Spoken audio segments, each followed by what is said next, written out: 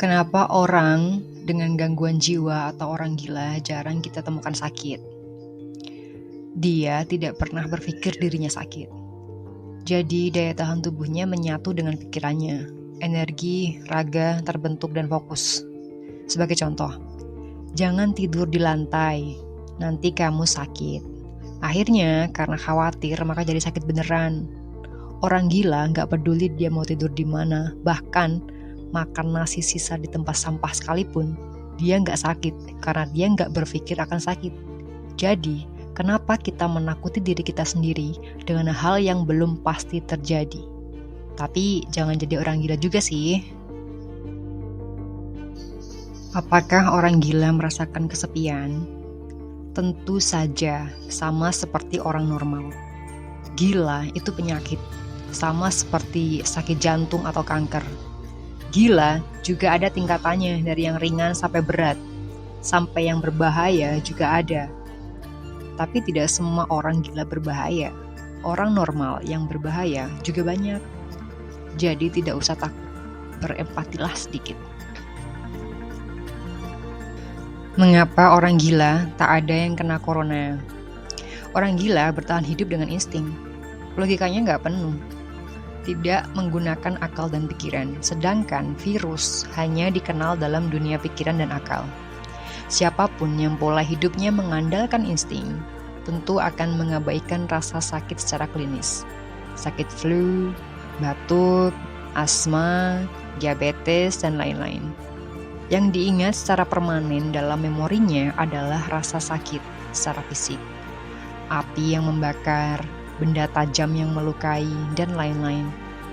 Yang disebut orang gila mampu bertahan hidup dalam kondisi apapun. Yang penting, ada yang bisa dimakan. Mengapa orang gila jarang sakit? Siapa bilang mereka jarang sakit? Mereka juga sakit seperti kita. Hanya saja, mereka tidak tahu mau mengadu ke siapa, dan minimnya pengecekan terhadap orang dengan gangguan jiwa. Jadi, pernyataan orang gila jarang sakit itu tidak benar. Jika segalanya butuh uang, lalu mengapa orang gila masih dapat bertahan hidup? Ya karena masih diurusi oleh keluarganya dan pemerintah, kayak dinas sosial, puskesmas, RSUD. Kami, para psikiater bersama-sama rumah sakit atau klinik, kami selalu bekerja sama dengan dinas sosial maupun NGO seperti IOM untuk melayani orang-orang dengan gangguan jiwa. Belum lagi perawat psikiatri, pekerja sosial, psikolog, dan lain-lain yang peduli. Apakah orang gila berbahaya? Tergantung. Jika gila jabatan, kekuasaan, harta jelas berbahaya karena pada umumnya akan mencari segala cara sekalipun harus merugikan orang lain. Jika gila karena keterbelakangan mental atau keputusasaan, tentu butuh analisis yang lebih jauh. Selama gue kuliah, gue pernah diajarin Mbah Surip sesuatu hal. Dia bicara dengan seorang wanita kelainan kejiwaan dan itu nyambung. Orang gila tersebut bercerita seolah lebih waras dari kita yang mendengarkan. Pesan Mbah Surip kepada kita saat itu, ada satu waktu orang gila itu sebetulnya sadar sepenuhnya. Kita butuh belajar mengerti akan hal itu. Mengapa orang gila masih bisa hidup? Pertanyaan ini sangat unik buat saya. Jika orang gila saja masih bisa hidup, kenapa orang yang waras seperti kita terkadang takut untuk menjalani hidup?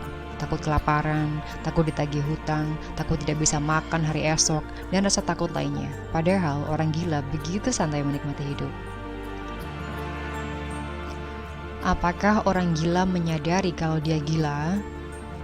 Sejauh yang saya ketahui, orang gila di jalanan itu umumnya adalah penderita skizofrenia.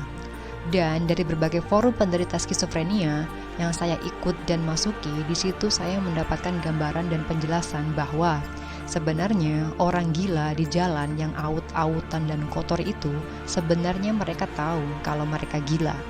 Bahkan di sebuah forum ada mantan orang gila yang mengatakan, "Saya kalau teringat masa-masa di jalan dan menggelandang sebagai orang gila jadi malu sendiri kepada diri saya."